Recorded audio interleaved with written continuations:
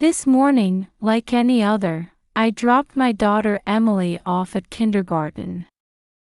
She pulled my hand eagerly, running full of energy toward the school gates. My shoulder-length brown hair swayed as I chased after her. I must have looked just like any other mother there. But inside, I was constantly carrying a burden of anxiety. "Mom, what time are you picking me up today?" "Let's see, 3 o'clock as usual." "You have art class today, don't you?" "Yes. The teacher said we're going to draw flowers." As I watched Emily's smiling face disappear into the school, I let out a deep sigh. My husband Michael has been coming home later and later, claiming he's busy with research at Moderna Pharmaceuticals. Even on weekends, he's been going out, saying there are urgent experiments. Tall and well-built from his gym workouts, dressed impeccably in business casual attire, anyone would see him as the model husband. I work as a sales manager at a real estate company, trying my best to cherish every moment with my daughter. My annual salary of $80,000 is hardly sufficient in this upscale neighborhood. Still, I have no intention of pursuing promotions at the expense of family time. Every Sunday at church, Emily and I pray together. "Lord, please protect our family." Each time I pray these words, an uneasy feeling crosses my heart. Lately, that intuitive sense of discomfort has been growing stronger. What concerns me is my mother-in-law Eleanor's behavior. Since losing her husband 3 years ago, she's been living alone in Cambridge's affluent district. Known as the wife of a former state judge and estimated to have $2 million in assets, she still maintains considerable influence in high society.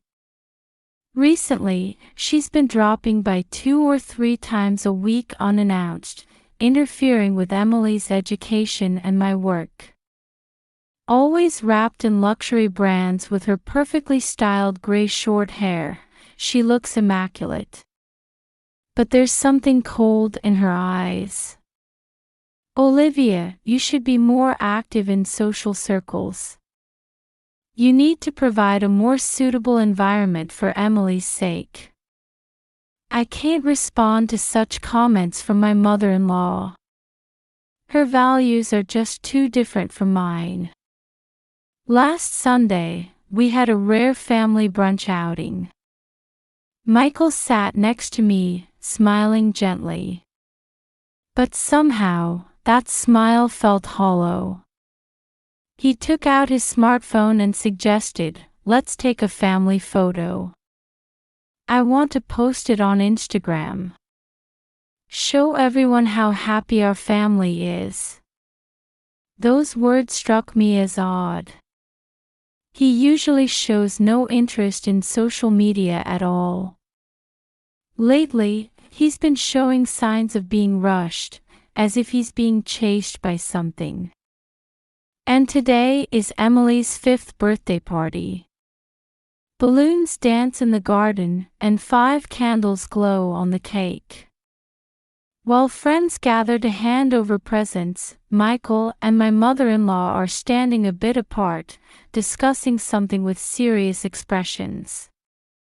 The way they occasionally glance at Jessica, the young party planner, seems somehow unnatural. "Hey, Mom. Cut the cake." Emily's voice brings me back to reality, and I put on a smile. My energetic and cheerful daughter is definitely Daddy's girl. Whenever I see her cuddling up to Michael, my anxiety temporarily subsides.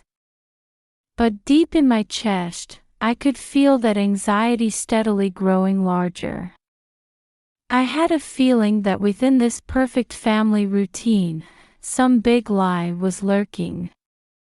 That premonition was squeezing my heart. One Saturday morning at 9, I was cleaning up after breakfast in our kitchen. Roses in the garden were wafting their gentle fragrance. "Olivia, Mother and I will take Emily to the park today." Michael suddenly announced this. Unusually, he wasn't working overtime and was dressed casually instead of his usual business attire. Eleanor too had come by wearing surprisingly casual clothes, not her usual luxury brands. I had an important real estate contract that day, a deal I'd been negotiating persistently for months. Despite feeling uneasy about their unusually cooperative offer, I decided to head to work. "Okay then, I'm counting on you. Emily, Mommy will be back in the evening." Yay!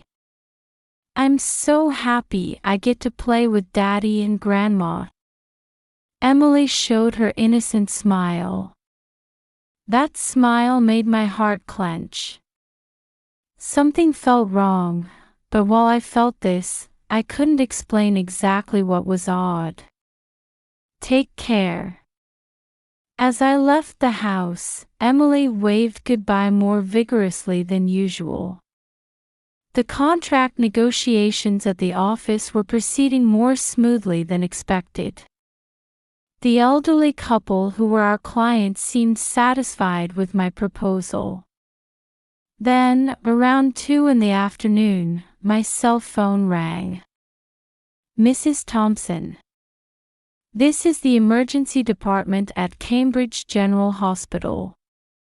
In that moment, I felt the blood drain from my face. "Your daughter has fallen from playground equipment and is unconscious in critical condition. Could you come immediately?" Nearly dropping my phone, I bowed deeply to my clients. "I'm terribly sorry, but my daughter has had an accident." "Go right now," my boss Jane said immediately.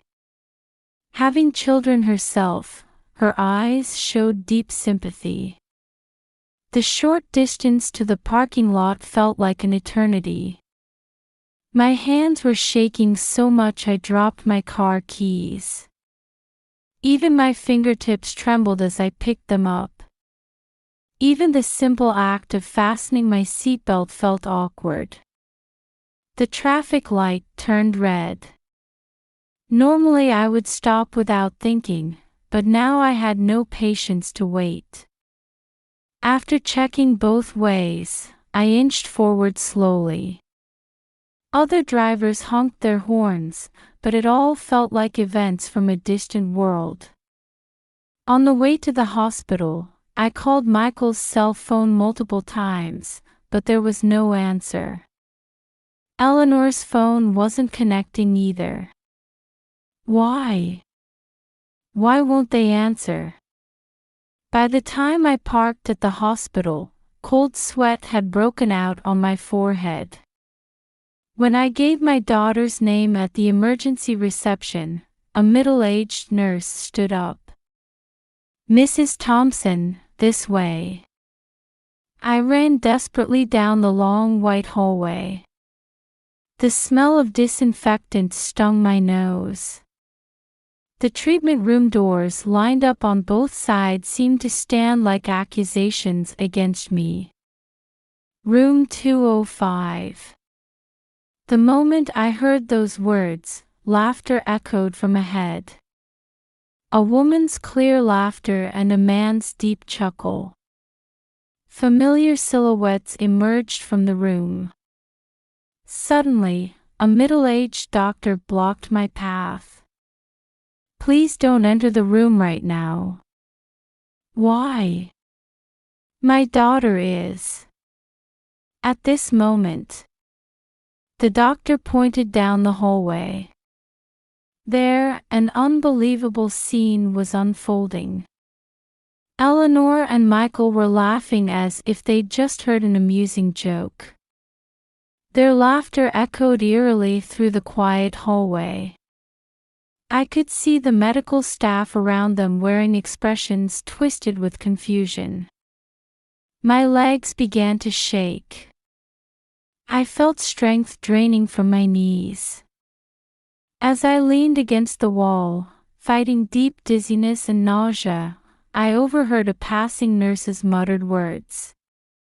Strange, a fall from that height shouldn't cause injuries this severe. Those words pierced my heart like a sharp blade. 20 minutes later, when I was finally allowed into the room, both of them were gone. I'm going to buy some coffee. I vaguely watched my husband's back as he left with those words. By the floor stand, a nurse was carefully checking the medication levels. Emily lay sleeping in the bed, her face as peaceful as an angel.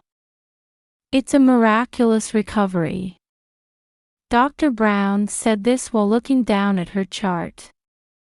2 days after the accident, Emily regained consciousness. But something was off. There was something unsettling about the edges of the doctor's words. However, we can't identify the cause of the internal organ damage. These symptoms are unusual for a typical fall accident. At those words, my heart began to race. Michael was absent due to work commitments. Eleanor claimed she had important business and wasn't showing her face. Olivia. The voice in the hallway came from Mary Walker, my childhood friend. She's worked as a nurse at Cambridge General Hospital for over 10 years. I need to talk to you. Shall we have tea in the hospital's backyard? The May weather was pleasant, and around us on the courtyard bench, patients in rehabilitation were enjoying slow walks. Actually, yesterday I overheard something concerning. Mary looked around before continuing in a lowered voice. Your husband and his mother were talking in front of the pharmacy. They were exchanging medical terminology. What particularly caught my attention was the phrase microdosing. And she hesitated for a moment. They mentioned the name Jessica. They said things are going well with her. Jessica. The party planner from Emily's birthday party. The name that had been frequently appearing on Michael's phone lately. That's not all. Mary pulled a piece of paper from her wallet. This is a copy of the pharmacy duty roster. On the day of the accident, someone who shouldn't normally work on holidays was here. And what's more, that person is apparently your husband's subordinate. My hands trembled. The evidence was slowly piling up. But still, nothing decisive. That night, I received permission to check the hospital's security camera footage. Emily's attending physician had understood my concerns. The security room monitor showed footage from the day of the accident. Though the quality was rough, the events in the park were clearly recorded. Michael and Emily near the playground equipment. And Eleanor standing a bit away. Michael lifted Emily and carried her to the highest point of the equipment. I almost had to look away. The footage clearly showed Michael pushing Emily out. Hey, look at this. The security camera operator pointed to different footage. 15 minutes before the accident, Eleanor talking to someone in the parking lot. The other person was Jessica. There's no audio, but afterward, the two of them are checking something on their cell phones. After returning home, I decided to check Michael's computer.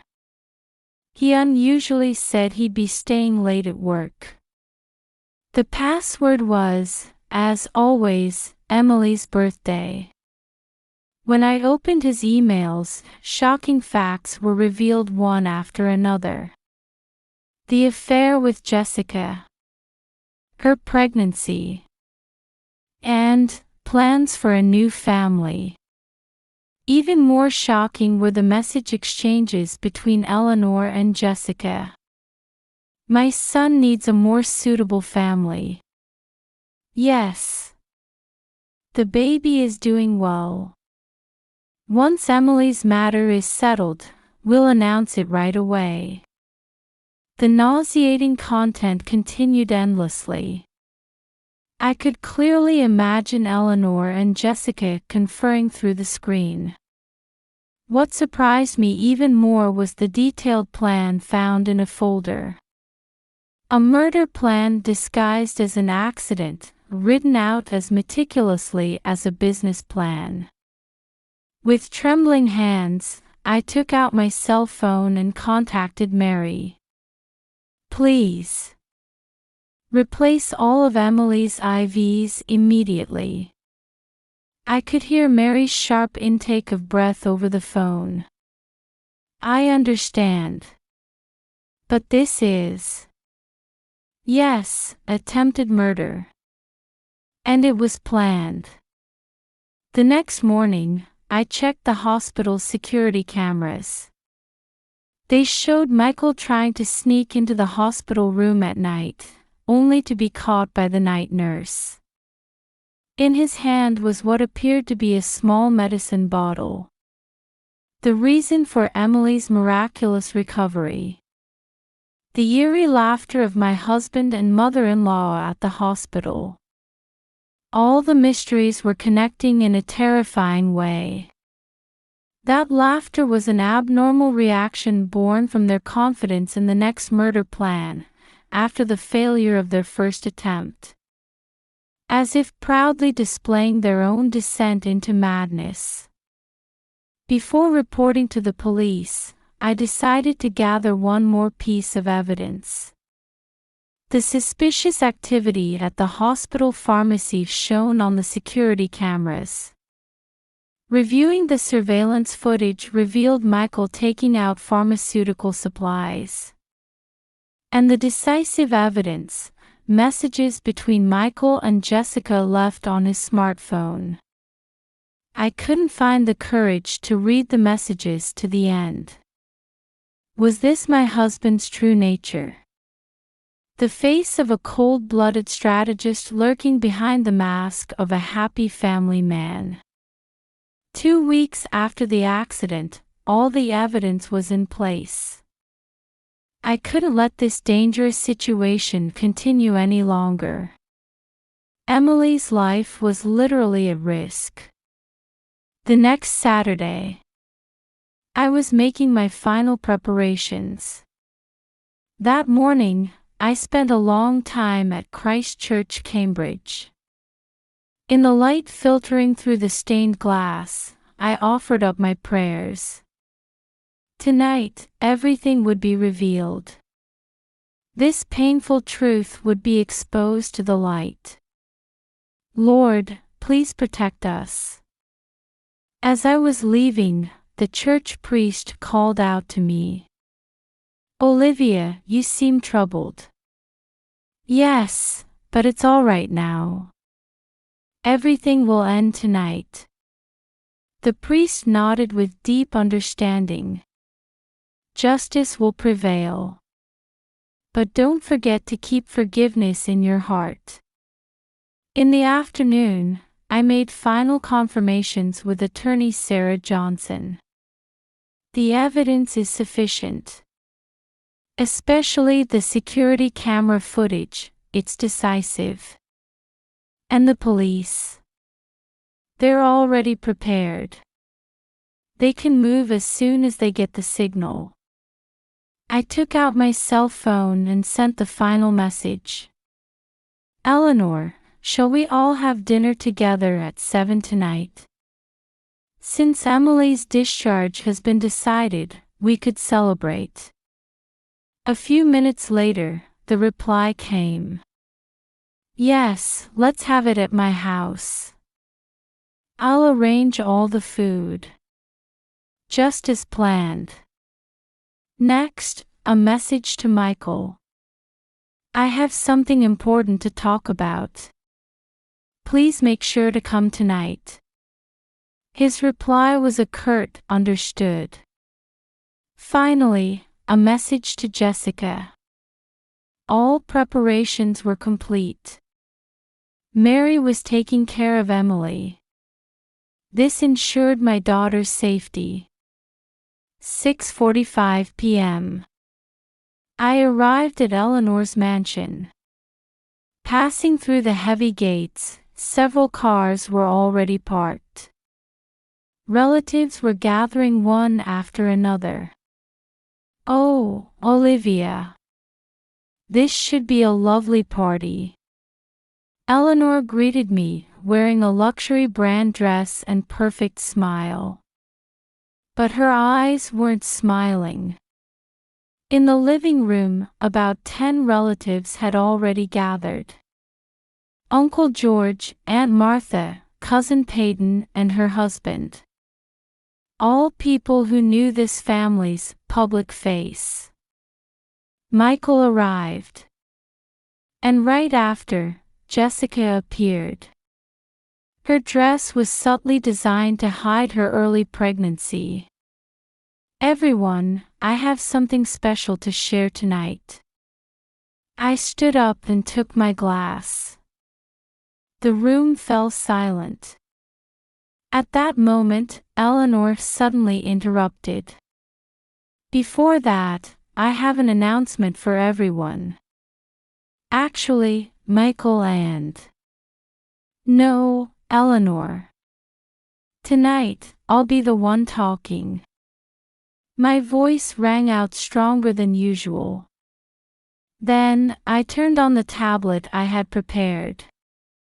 The security camera footage was projected onto the large screen. This is footage from 3 weeks ago.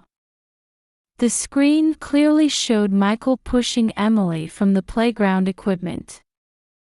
The room stirred with murmurs. And this is... Evidence after evidence was displayed. Email exchanges, records of pharmaceutical removal, detailed murder plans. Whispers spread throughout the room. This is a misunderstanding. Michael shouted. His face was pale. Be quiet. Eleanor tried to stop him. Her expression could no longer maintain any pretense. I planned it all. We couldn't allow blood unsuitable for this family line to remain. Her words froze the room. Yes, Eleanor. You were the mastermind behind it all. Indeed, I was. Michael was just a puppet. This foolish son was easily manipulated with Jessica as bait. Just because her family has some standing, she's nothing but a mere party planner. Jessica broke down in tears. At her reaction, Michael showed a moment of disturbance. The police have been notified. The moment I announced this, police officers entered through both the front and back doors. Michael Thompson, Eleanor Thompson, you are under arrest for attempted murder. The two were handcuffed. Jessica would also accompany the police for questioning. Olivia. I won't forgive this. Eleanor's scream echoed through the mansion. But no one was on her side anymore. To think someone like you, with my son. Silence. Aunt Martha stood up and slapped Eleanor. Eleanor, you're the disgrace to this family. Trying to kill your own precious grandchild, your former judge husband must be crying in heaven. While the police were escorting the three away, relatives gathered around me one after another. Warm words of support. Relatives who I'd only had superficial relationships with until now showed their true bonds. As stars began twinkling in the night sky, I headed to Mary's house to pick up Emily. My daughter running toward me with her innocent smile. That smile was the driving force behind everything I did. As I held her close, feeling her body warmth, I made a new vow. From now on, we would grasp true happiness. One day in May 2025, we moved to a new house. A green residential area about 30 minutes by car from Cambridge. It's been almost a year since the incident. Mom, I can see the garden from my room. Emily stands by the window, beaming with joy. Her smile seems to be gradually forgetting the shadows of that incident. But sometimes she suddenly shows an anxious expression, especially when she sees fathers playing with their children at playgrounds. Don't worry, the therapist is with you. Emily attends children's counseling twice a week. Dr. Sarah Cooper, her counselor, specializes in trauma care. Emily's recovery is progressing well. However, rebuilding trust takes time. In particular, she still shows strong wariness toward adult men. The doctor's words squeeze my heart. But there is hope. Still, she's gradually warming up to her uncles. She seemed to particularly enjoy when Uncle George took her to the zoo. Indeed, the support from our relatives has been a great source of encouragement. Since that night, everyone has accepted us as true family. Aunt Martha brings homemade food every weekend. Cousin Peyton helped me find a new job. I'm now working as a branch manager at a Boston real estate company with a more flexible work schedule. Olivia, you're a strong woman. But don't try to shoulder everything alone. The women's group at church has also been a great support. The tea gatherings after Sunday Mass are healing times for my soul. God always brings light after trials. Those words have encouraged me countless times. The trial finally ended yesterday. Michael received a 15-year prison sentence.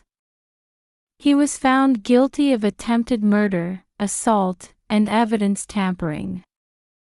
Until the end, he maintained that everything was under his mother's instructions. The defendant committed the grave crime of attempting to murder his own daughter. Moreover, the crime showed extensive planning, including misusing his position at the pharmaceutical company to obtain drugs. The judge's stern words resonated through the courtroom. Eleanor received a 10-year prison sentence. She was found guilty of conspiracy and evidence tampering. The defendant used her social position to orchestrate the crime and has shown absolutely no remorse. Indeed, Eleanor maintained her arrogant attitude until the end. Everything I did was for the family. I'm disappointed in this foolish judge who can't understand even this much. Her words drew sighs from the gallery. Jessica received a suspended sentence. She had turned herself in immediately after the incident and fully cooperated with the investigation, which worked in her favor. While the defendant was an accomplice, she has shown genuine remorse. Furthermore, considering her significant contribution to uncovering the truth of the case, her pregnancy had already ended. She had miscarried due to the stress following the incident.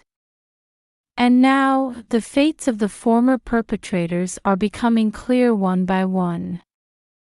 I heard that Michael has developed depression in prison. No one visits him. Life in solitary confinement seems to be steadily eating away at his mental state. Your son's condition is quite serious, read the letter from the prison doctor. Eleanor's situation is even more severe. She's completely isolated from other inmates and reportedly suffering repeated abuse. Her arrogant attitude continues to work against her even in prison. Defendant Thompson has been transferred to a psychiatric facility. She's been diagnosed with severe delusional disorder, appeared in the local paper. Jessica has reportedly moved to another state. Disowned by her family and stripped of her party planner certification, rumor has it she's now working at a small cafe. We won't think about those people anymore. I tell Emily this every night. And I tell myself the same. In our new house's garden, we've made a small flower bed. Emily and I planted tulip bulbs together. When spring comes, beautiful flowers will bloom. While tending the soil with my daughter, I quietly pray. May straight and true love grow again in this child's heart. And may warm light shine upon our new life together. Hey Mom, can I play with the neighbor's kid? Emily runs up to me, her eyes sparkling as she starts talking about her new friend. In that innocent smile, I find hope. Surely we can overcome this trial and grasp true happiness. After all, God is certainly watching over us.